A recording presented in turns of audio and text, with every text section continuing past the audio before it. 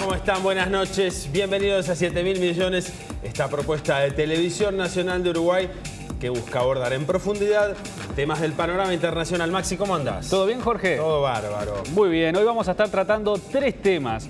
Dos centrales, que va a ser China como líder comercial y como líder mundial. También vamos a estar hablando del conflicto en Yemen, un conflicto que está olvidado en Medio Oriente. Y además vamos a tener una nota con un cirujano argentino que trabaja para la organización médico-humanitaria Médicos Sin Fronteras. Todo esto, entre otros temas. Vamos a comenzar hablando de China, ese gigante, ese país que tiene casi 400 veces la población de Uruguay, prácticamente inimaginable en cifras. Más de 1.370 millones de habitantes, un país que está además en plena expansión. Se encuentra en América del Sur. Por estas horas, su presidente, Xi Jinping. Vamos a estar hablando de la influencia de China en América Latina y esta posibilidad que se habla de un tratado de libre comercio con Uruguay. Esto lo vamos a estar hablando con el doctor Ignacio Bartesagui, quien es director del Departamento de Negocios Internacionales de la Universidad Católica. Pero vamos a introducir el tema.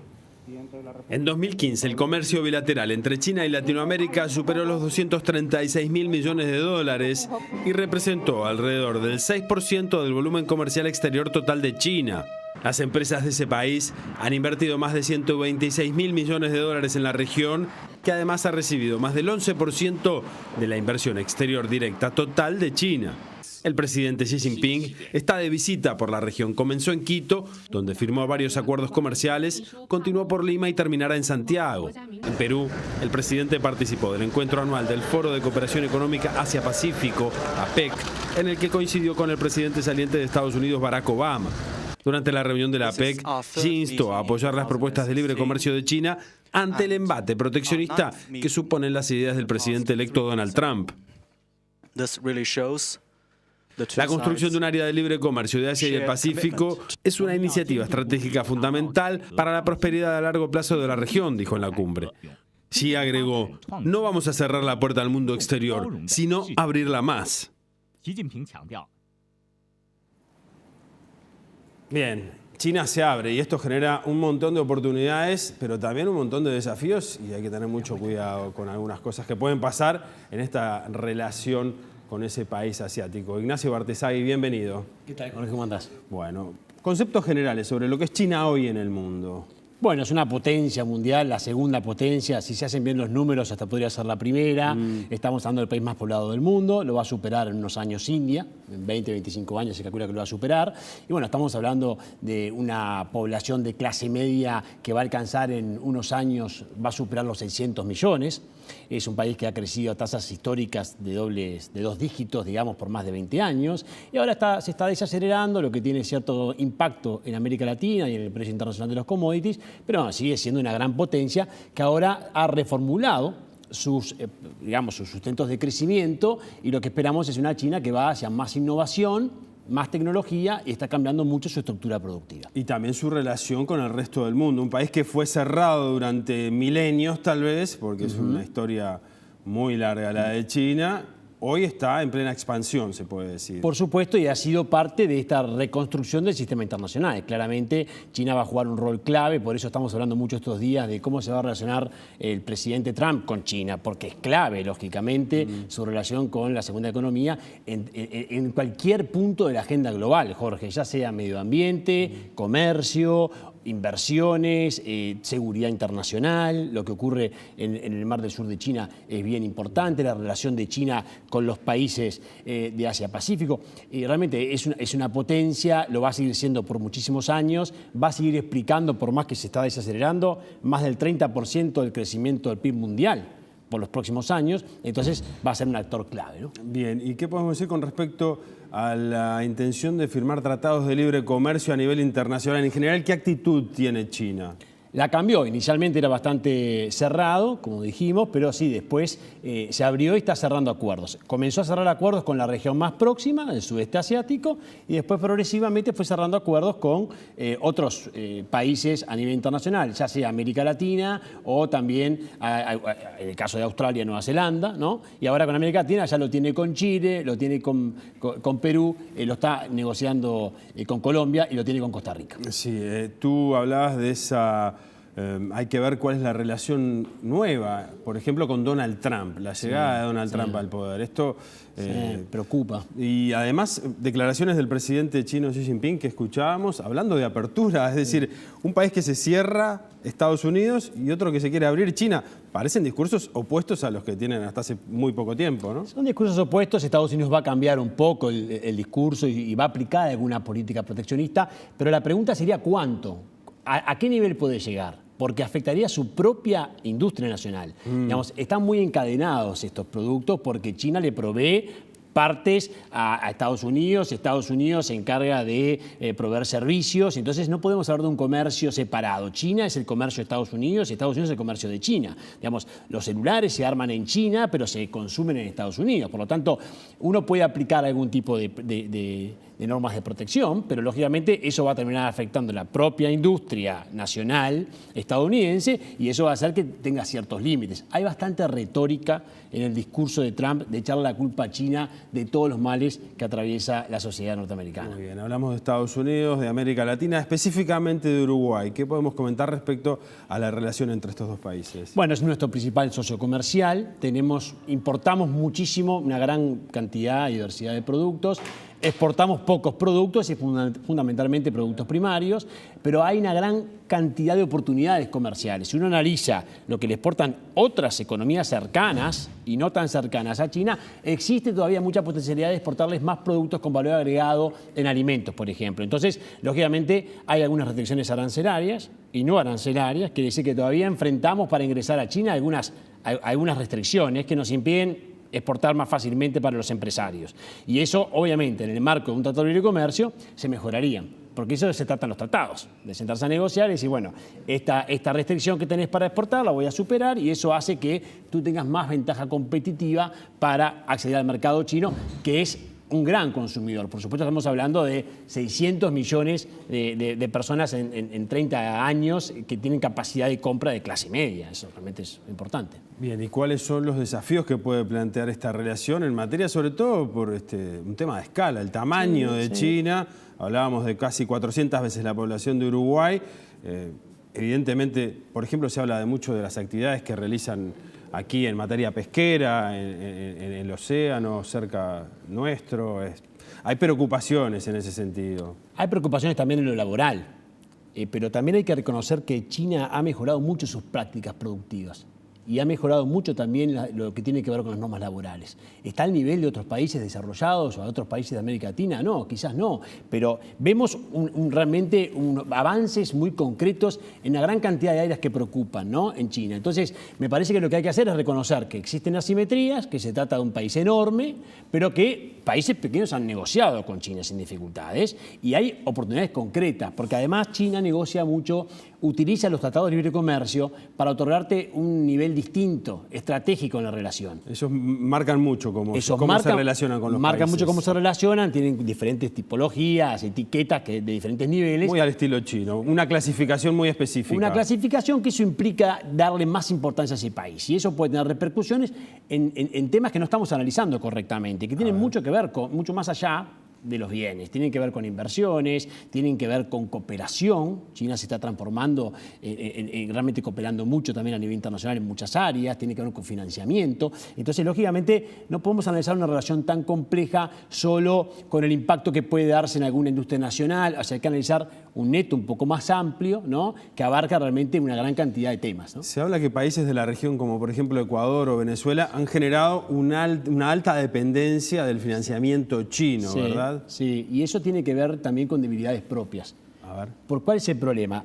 Estados que necesitan de financiación, por ejemplo Venezuela, con estados débiles, complicados desde el punto de vista político y de la estabilidad, lógicamente intentan financiarse a través de China, que le interesa tener una mayor participación en América Latina financiando. Pero esos fueron Argentina con el gobierno anterior, fue Ecuador, fue algo Bolivia y fue Venezuela. Si uno mira las inversiones de China en los otros países, son inversiones de otro tipo, que también las desarrollan otros países desarrollados. Entonces me parece que es, desde el punto de vista ciertamente injusto, decir que China invierte mal en América Latina. Invierte mal cuando las políticas nacionales son propensas a invertir y a apagar algún incendio que necesita el gobierno latinoamericano. Entonces, el gobierno de turno latinoamericano para salir del paso. Y eso ocurrió con Venezuela, ocurrió con Argentina. Entonces, China aprovecha los espacios cuando se le abren, pero también dependemos mucho de cómo estamos reaccionando nosotros. ¿Cómo se utiliza ese financiamiento que está disponible? En Exacto, y si se cumple o no con las normas internas, porque si se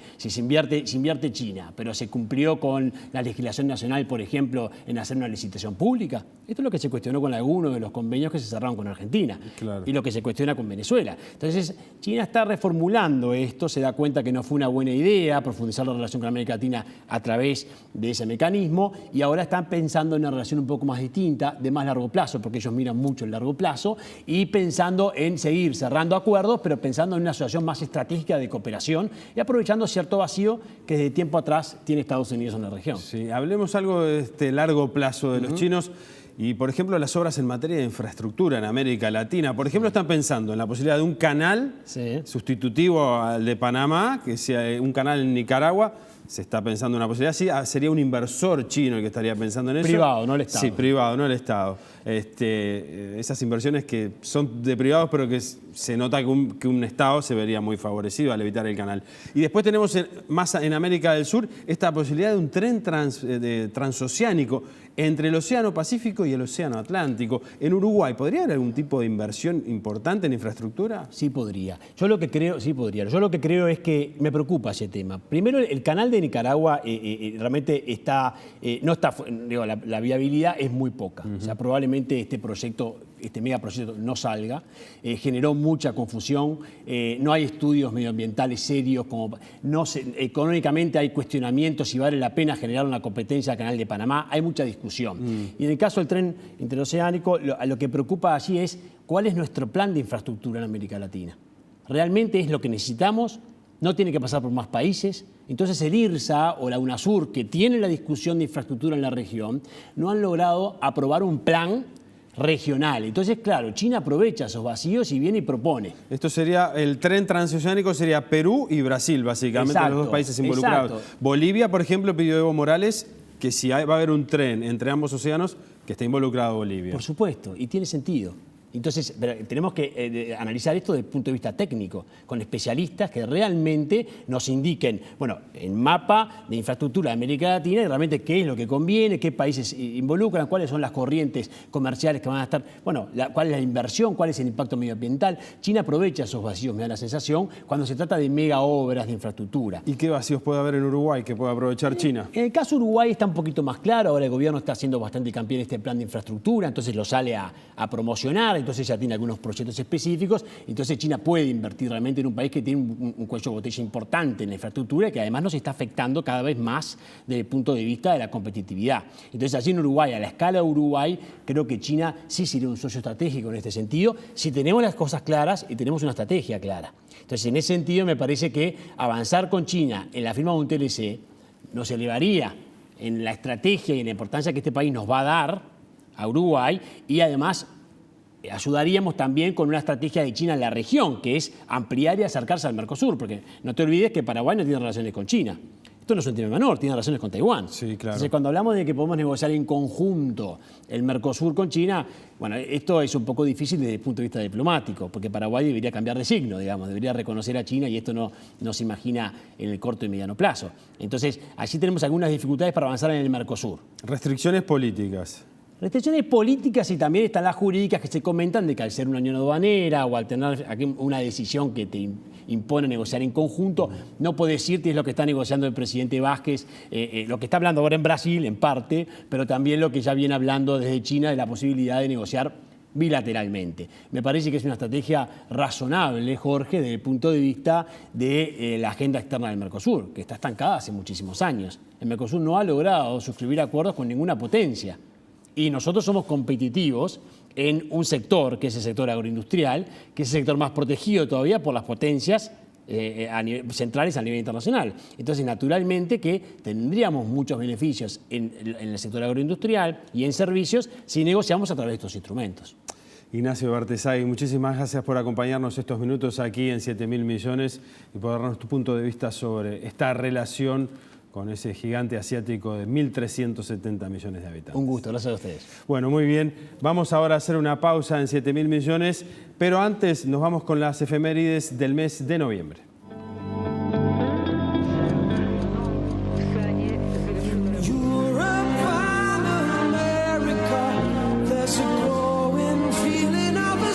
La Revolución Rusa agrupa todos los sucesos que condujeron al derrocamiento del régimen zarista y a la instauración preparada de otro, leninista, a continuación entre febrero y octubre de 1917, que llevó a la creación de la República Socialista Federativa Soviética de Rusia. El zar se vio obligado a abdicar y el antiguo régimen fue sustituido por un gobierno provisional durante la primera revolución de febrero en 1917. Marzo en el calendario gregoriano, ya que el calendario juliano estaba en uso en Rusia en ese momento. En la segunda revolución, en octubre, había un gran descrédito del gobierno provisional.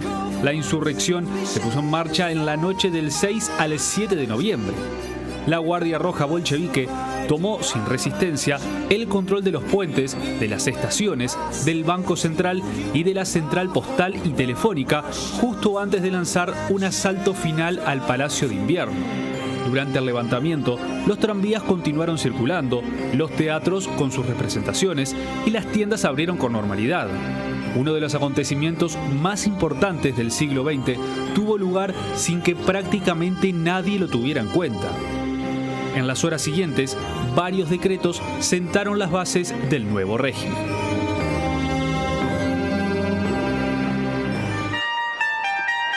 El muro de Berlín fue un muro de seguridad que formó parte de la frontera interna de Alemania desde el 13 de agosto de 1961 hasta el 9 de noviembre de 1989.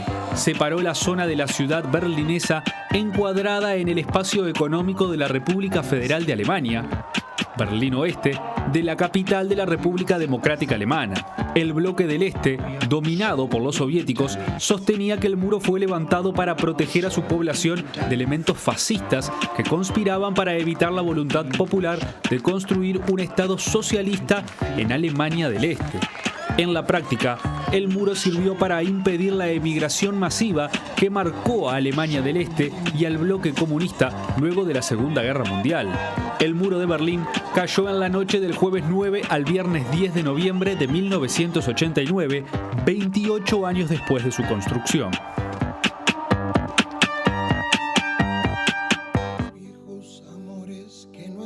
La crisis económica argentina fue una situación financiera que afectó severamente a la economía del país durante fines de los años 90 y principios de los 2000. El 14 de noviembre de 2002, Argentina entró en default con el Banco Mundial por $805 millones. El presidente interino, Rodríguez Sá, declaró el default financiero, por lo que Argentina se declaraba insolvente para pagar las deudas contraídas. Sin embargo, solo unos pocos días después de establecer el default, se descubrió que Rodríguez Sá había pagado $150 millones al Fondo Monetario Internacional. Rodríguez Sá presentó un proyecto diseñado para preservar el régimen de convertibilidad, apodada la tercera moneda. Consistía en la creación de una nueva moneda no convertible llamada argentino, conviviendo con el peso convertible y el dólar estadounidense. El 25 de mayo de 2003 asumió el nuevo presidente electo, Néstor Kirchner. El panorama económico era totalmente diferente a la década de 1990.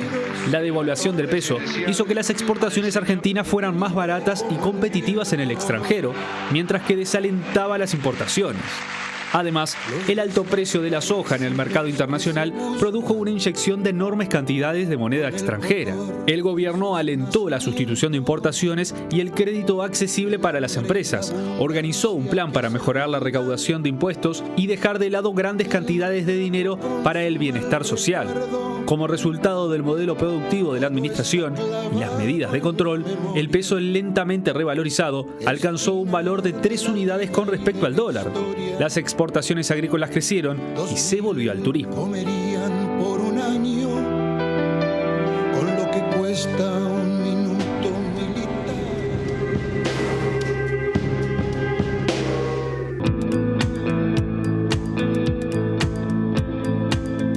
estamos aquí en estudios con Susana Mangana. Vamos a analizar lo que es un conflicto del que se habla muy poco, un conflicto olvidado, pero realmente serio, que involucra a millones de personas. Estamos hablando del conflicto en Yemen. Y vamos a conocer lo que sucedía el fin de semana en este país, el país más pobre de Medio Oriente. Una tregua de 48 horas comenzó a regir la mañana del sábado en Yemen. Fue propuesta por la coalición árabe dirigida por Arabia Saudita después del fracaso de un alto el fuego patrocinado por Estados Unidos, que debía entrar en vigor el jueves. Pero el presidente Abd Rabbo Mansur Hadi, exiliado en Riad, lo rechazó. Los rebeldes hutíes, que controlan la capital Saná y otras grandes zonas del país, anunciaron que respetarían la tregua si la otra parte también lo hace. La medida podría incluso prolongarse si los insurgentes aceptan la entrega de ayuda humanitaria en ciudades asediadas como Taez, afirmaron los sauditas. El conflicto en el país más pobre de la península arábiga enfrenta al gobierno del presidente Hadi, apoyado por Arabia Saudita, y a rebeldes chiitas leales al exmandatario Ali Abdallah Saleh. 7.000 personas han muerto por los combates, según Naciones Unidas. Como les decía, este es un conflicto del que se habla muy poco y por eso hoy vamos a intentar profundizar y conocer un poco más acerca de esto. Está aquí Susana Mangana. Susana, ¿cómo estás? ¿Qué tal? Buenas noches. Un gusto reencontrarme contigo y con toda la audiencia del programa. Bueno, muchas gracias, Susana. Igual para nosotros. ¿Cómo se origina este conflicto en Yemen? Vamos a las raíces. Bien, hay que entender primero que nada que eso que llamamos hoy Yemen siempre fueron dos países divididos, es decir, el norte y el sur hasta el 1990 cuando se fraguó una muy débil unificación que ya vemos que a la primera de cambio se puede romper esa frágil tregua que nace también en el contexto geopolítico de los años 90-91, allí en la región concretamente del Golfo Pérsico, tras lo que fue la expulsión obligada de Saddam Hussein de Irak de lo que había sido la anexión de Kuwait. Después de salir Saddam Hussein de Kuwait, entonces es cuando se va a reunificar Yemen del norte con Yemen del sur, pero evidentemente es un país, como decíamos en el tape, muy pobre, pero además que es un conglomerado de tribus, de intereses, y es un puzzle, como suelen ser estos países en la región, que combina etnias diferentes, pero además confesiones o religiosidades diferentes. Tenemos a suníes junto a los chiíes y sobre todo también tenemos la mano negra de otros actores en la región que están siempre apoyando logísticamente o financieramente para la compra de armas a un grupo y a otro, porque finalmente son los que guerrean y pelean para defender los intereses de terceros. Pero esta guerra, solo termino, sí, es algo que hay que enmarcar en lo que fue el capítulo post-revueltas árabes iniciadas en Túnez en el 2010 y concretamente con la salida de Ben Ali de Túnez en 2011. Bien.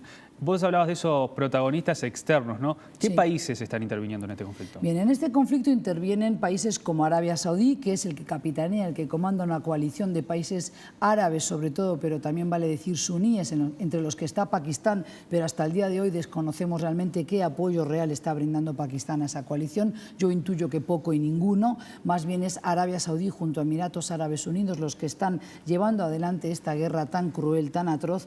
¿Por qué cruel y atroz? No es la primera guerra que tenemos y tampoco ahora en Oriente Medio. Tenemos Irak, tenemos el frente de Siria, tenemos también una guerra silenciada a veces y silenciosa como es la de Afganistán, pero es un conflicto también importante. Pero es atroz y cruel la de Yemen porque realmente golpea a las personas, es decir, a los civiles que están realmente pasándola muy mal porque hay casos de malnutrición severa.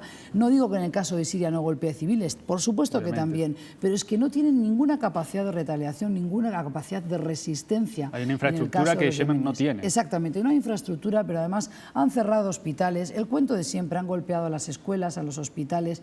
Entonces se ha destruido el servicio de agua potable, de cañerías, pero también de tendido eléctrico en buena parte del país y en la capital, Saná, que era un centro histórico de la etapa medieval en Europa, con unas casas colgantes magníficas del medioevo, ¿verdad? Y que realmente ha quedado destruido. Pero siguiendo con los actores, tenemos, además de Arabia Saudí y Emiratos Árabes Árabes Unidos, también tenemos a una potencia regional como es Irán, donde evidentemente la hostilidad que siempre han mantenido los árabes y los persas se hace carne, ¿verdad? Toma cuerpo en este conflicto de Yemen, y luego podríamos ahondar un poquito. Sin olvidar también la intervención interesada siempre de las grandes potencias desarrolladas, sobre todo de Inglaterra o Reino Unido, de la Unión Europea en general, pero del Reino Unido, también de Estados Unidos. ¿Por qué? Porque mirando hacia un costado permiten que Arabia Saudí esté bombardeando desde hace ya casi 2 años largos, 1 año y medio largo por lo menos, a la población indefensa del Yemen, y los que están pagando con su vida son las mujeres,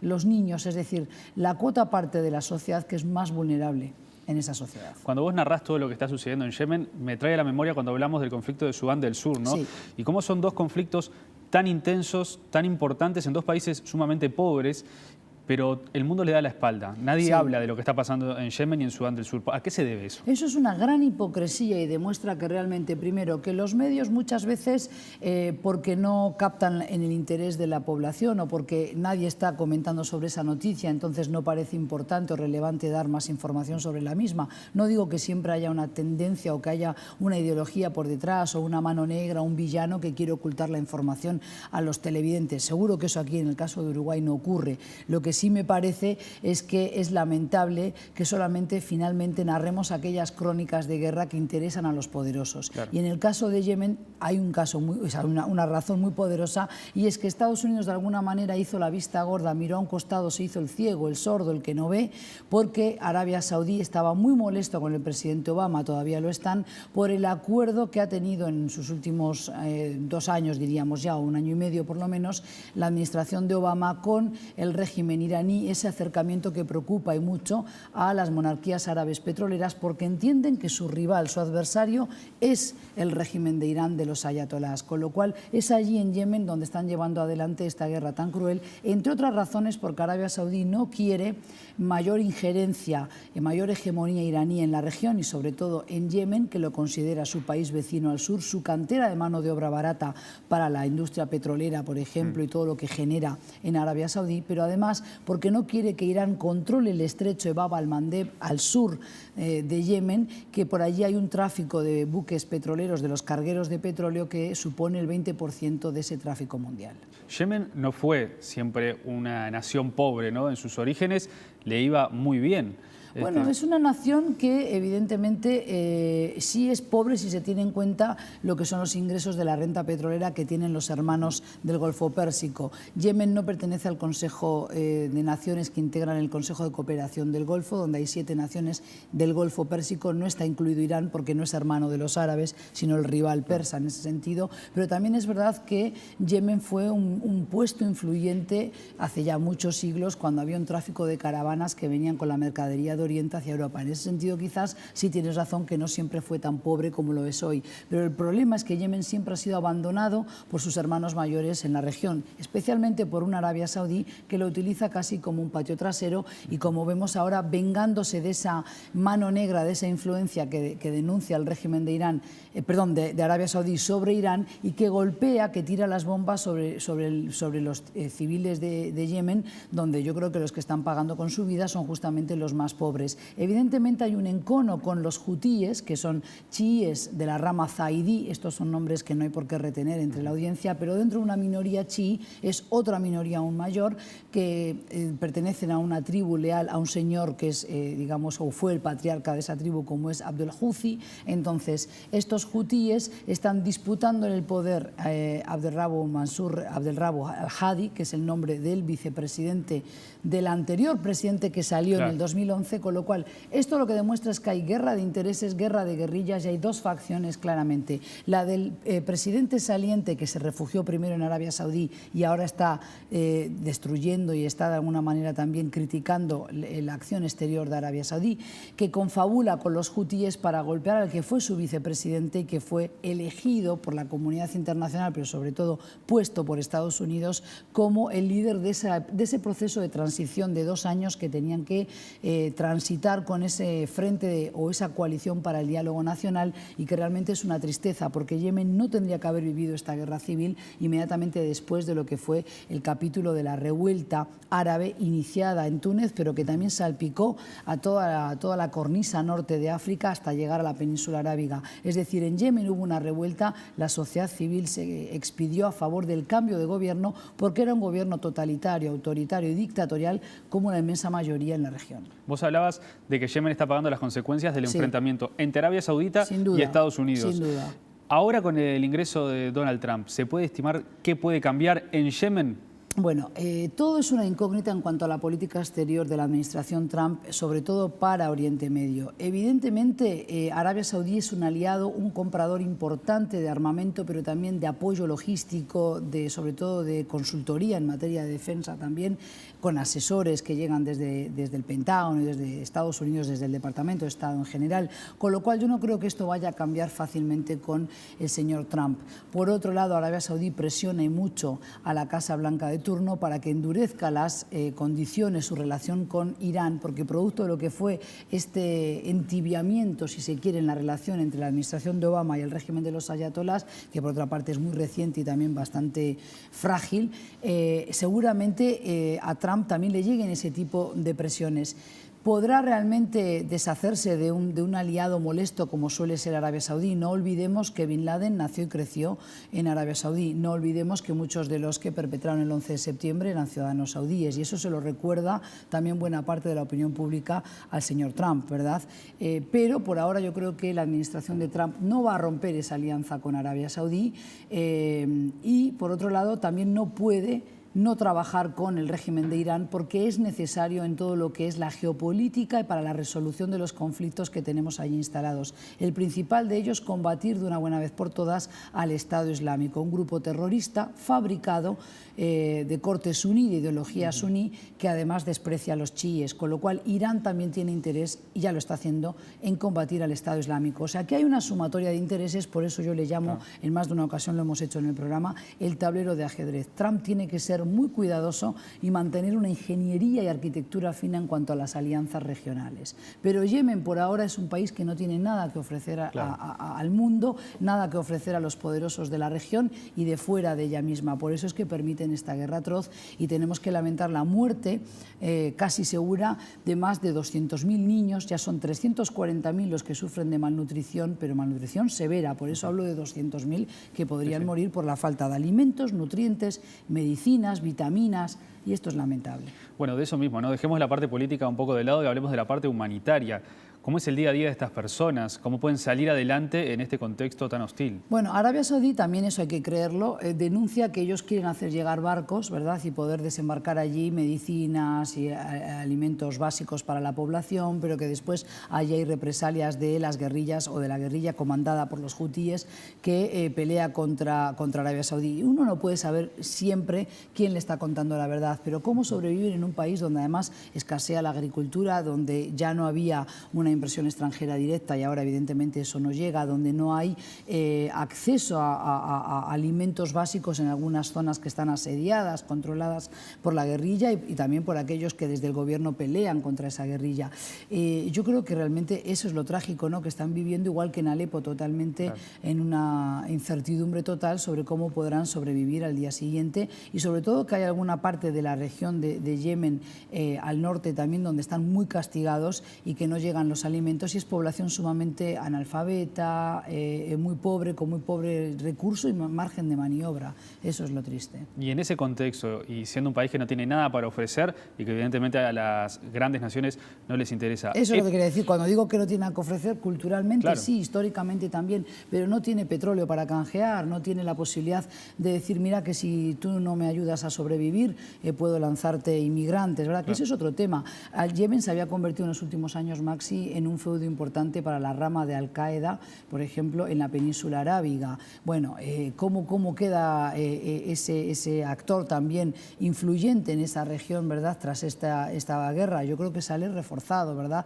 porque esto demuestra que hay intereses de las potencias occidentales que finalmente no practican lo que predican y que los derechos humanos no importan a menos que sean los propios. Entonces, de todo ese conglomerado de intereses revueltos quienes crecen son los yihadistas. Y eso es lo que yo temo, que Al-Qaeda y otros puedan verse reforzados con este tipo de situaciones donde la población paga con su vida y finalmente ellos también ven que quizás alguien como Al-Qaeda o como los talibán en Afganistán son los primeros que vienen en su auxilio. Susana, para cerrar, y en este contexto, ¿qué chances hay de que haya paz en Yemen, en algún momento por lo menos? Bueno, yo creo que evidentemente ni el presidente que fue allí puesto por la comunidad internacional o con el silencio de la comunidad internacional y sobre todo pergeñado por Arabia Saudí con el aval de Estados Unidos, Mansur Abdelrabo Hadi, que es su nombre, yo creo que él tendría que alejarse del poder. Evidentemente ya no es la persona que los yemeníes respetan, por lo menos una buena parte de la población. Por otro lado, yo creo que sí que hay que obligar a terminar con este bombardeo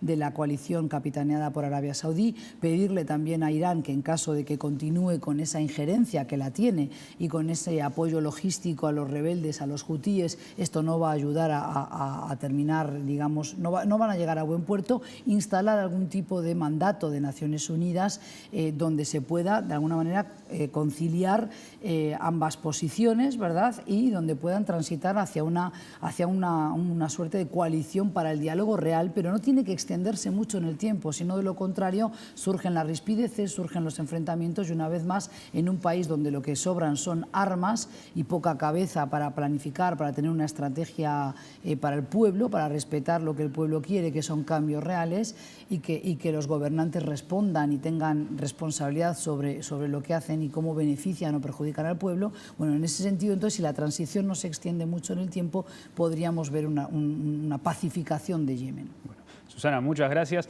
Intentaremos seguir el tema de Yemen para que ya no siga siendo un conflicto olvidado, ¿no? Sí, y Maxi, una pata también importante, la cooperación para el desarrollo, porque es importante ayudar a Yemen a volver a ponerse en pie, a reestructurar otra vez su economía, a invertir en proyectos que puedan dejar mano de obra, pero también trabajo real para la gente y que puedan sobrevivir sin que tengan que ser los futuros migrantes que quieren llegar a Europa, como son los sirios. Bueno, muchas gracias, Susana. Gracias a ti.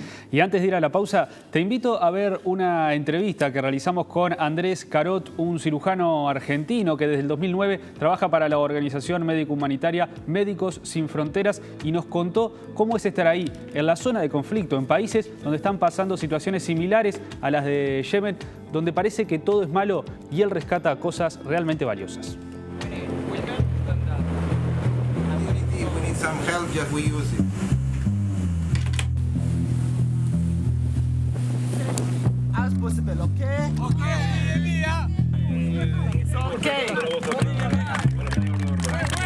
Durante la universidad estuve trabajando en una ONG local en Córdoba, yo soy de Córdoba capital de Argentina, y bueno, ahí estuve haciendo un voluntariado en esta ONG que trabajamos con chicos de la calle y bueno, la verdad que hacer este trabajo me llenaba muchísimo el alma, el corazón y bueno, después seguí trabajando, seguí estudiando medicina y cuando ya me había recibido de médico, estaba haciendo la residencia de cirugía general, conocí la existencia de Médicos Sin Fronteras y que quería unir eso, ¿no? Digamos, hacer mi trabajo como médico, pero al mismo tiempo hacer un trabajo voluntario y bueno, y empecé a trabajar en Médicos Sin Fronteras en el 2009.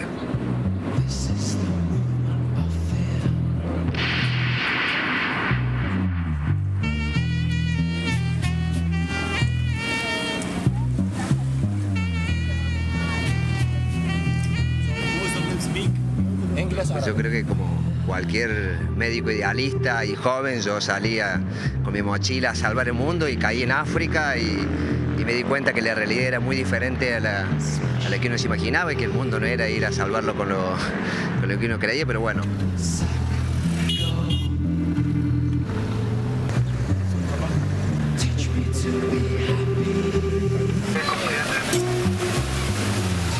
Aprender a trabajar en equipo, aprender que es una persona, que uno se tiene que cuidar y que en cierta forma salvar el mundo es salvar el mundo de estas personas, ¿no? Entonces empecé a entender eso, que por ahí salvar el mundo era ayudar a alguien para que siguiera viviendo y ahí salvar el mundo de esas personas y así fue como creo que materialicé mi ideal, ¿no? Lo bajé a tierra.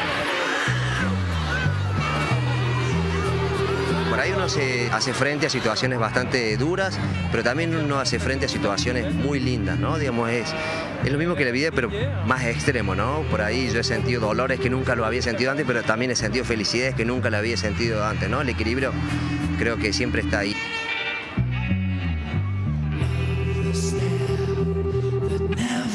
Cuando la gente sufre una crisis humana o porque hubo una guerra o porque hubo un desastre natural, está en situaciones también muy vulnerables, y más esta gente que vive en países pobres donde tienen conceptos de la humanidad que por ahí nosotros hemos perdido, ¿no? En el sentido de que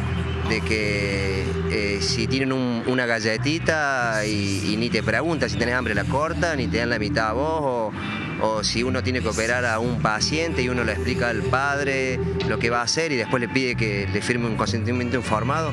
Por ahí me pasó una vez en Afganistán que el papá no me entendía por qué me tenía que firmar un papel si ya me había visto los ojos y me había dicho que sí, ¿no? Entonces uno se encuentra con valores que por ahí nuestra evolución, entre comillas, nos hizo perder, ¿no?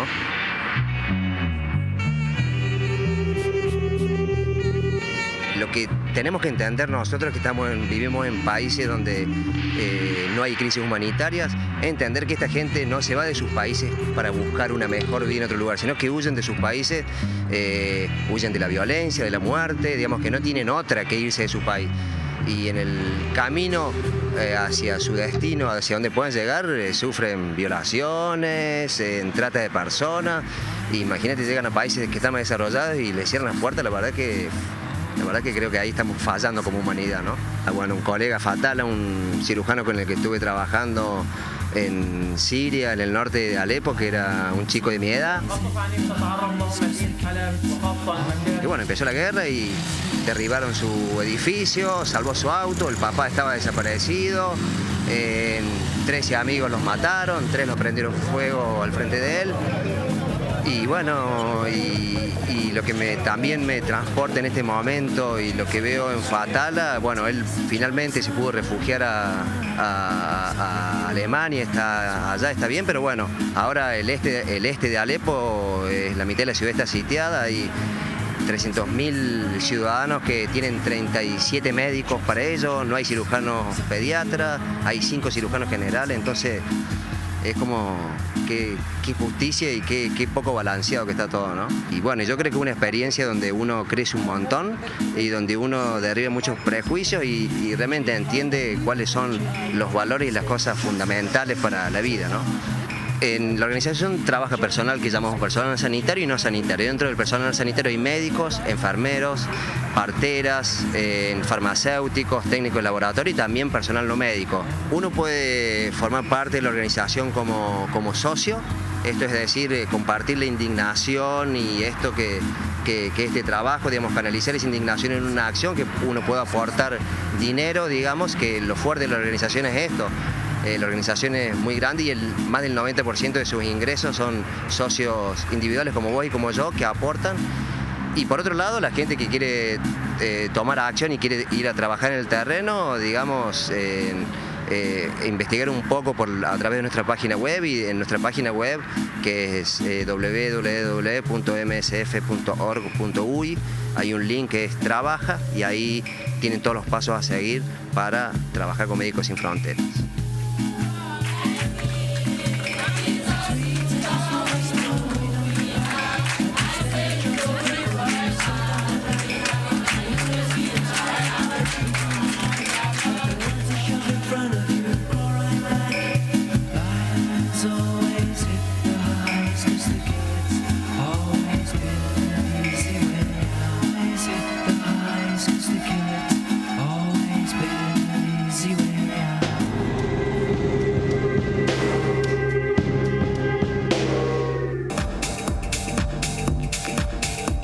Unas 50 minutos y comenzamos el tercer y último bloque de 7.000 millones, Maxi. Sí, antes que nada recordarles nuestras redes sociales. En Twitter somos @7mmillones. El programa a partir de mañana lo pueden ver en la videoteca de Televisión Nacional en tnu.com.uy y los informes más destacados de 7.000 millones están en portaltnu.com.uy. Bueno, te propongo, Maxi, conocer ahora un poco más sobre la Estación Espacial Internacional que está ubicada a 400 kilómetros sobre la Tierra. Está orbitando allí a unos 28.000 kilómetros por hora. Y hace poquito, hace unas horas nomás, que llegó un recambio para la Estación Espacial Internacional.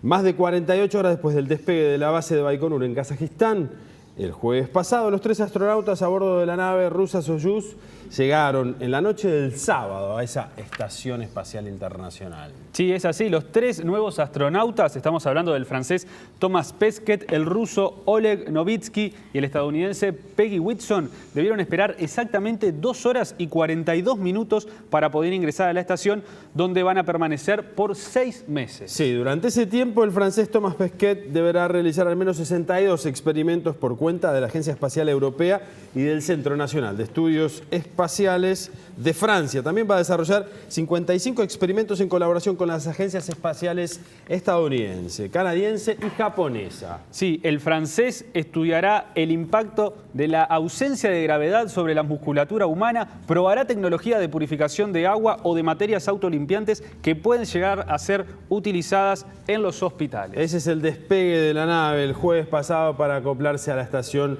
internacional. La estadounidense Peggy Whitson desarrollará experimentos acerca del impacto de la luz sobre el ciclo del sueño, mientras el ruso Oleg Novitsky realizará más de 50 ensayos científicos. Es así, el transporte de cada astronauta cuesta, atención, $71 millones en la cápsula Soyuz, que solo puede trasladar a 3 tripulantes cada vez. La estación internacional está habitada desde hace 15 años de manera continua. Y ahí vemos las imágenes de los astronautas saludándonos En el despegue. Sí. Y vamos ahora a conocer un poquito más de la Estación Espacial Internacional en este informe de la Agencia Francesa de Prensa. A 400 kilómetros de la Tierra está la Estación Espacial Internacional, orbitando el planeta cada 90 minutos a una velocidad de 28.000 kilómetros por hora. Su construcción se inició en 1998 y requirió 13 años y más de 70 viajes rusos y estadounidenses que transportaron los más de 100 componentes a un costo de $100.000 millones. Con 108 metros de largo, la ISS funciona con energía solar y el espacio habitable equivale a un Boeing 747. Equipada con varios laboratorios, es una plataforma única para experimentar, observar el mundo, el cambio climático y del universo. La ISS fue creada por 15 países. La habita una tripulación permanente de 6 personas durante 6 meses. Los astronautas viajan a la ISS a bordo de la nave rusa Soyuz desde el cosmódromo de Baikonur en Kazajistán. La estación fue indispensable para entender el sistema solar y seguirá operativa hasta al menos 2020. Le quedan 4 años, un poquito menos, 3 años operativos a la Estación Espacial Internacional. Maxi, vamos a hablar de los récords Guinness. Sí, los récords que se dieron este año, récords bastante particulares. Desde un hombre que salta desde una altura bastante importante para mojar una galletita en café con leche, hasta un récord saltando la cuerda.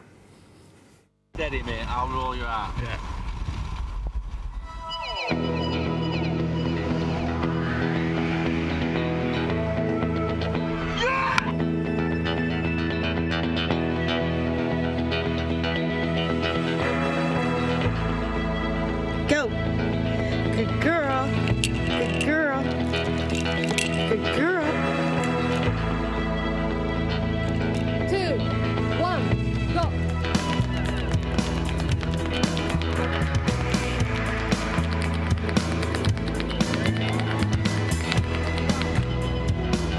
Excellent, very good.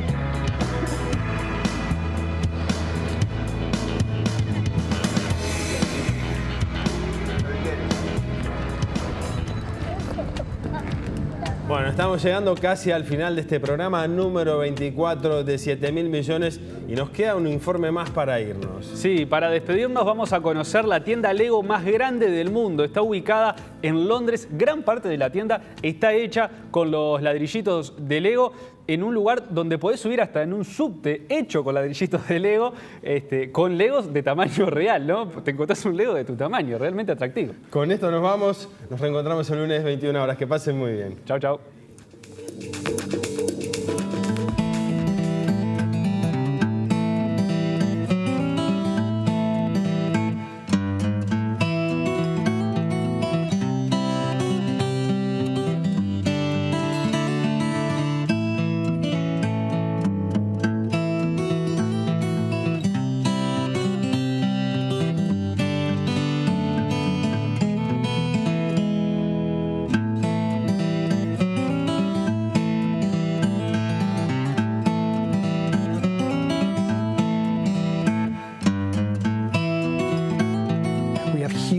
tunnels that have never been seen before.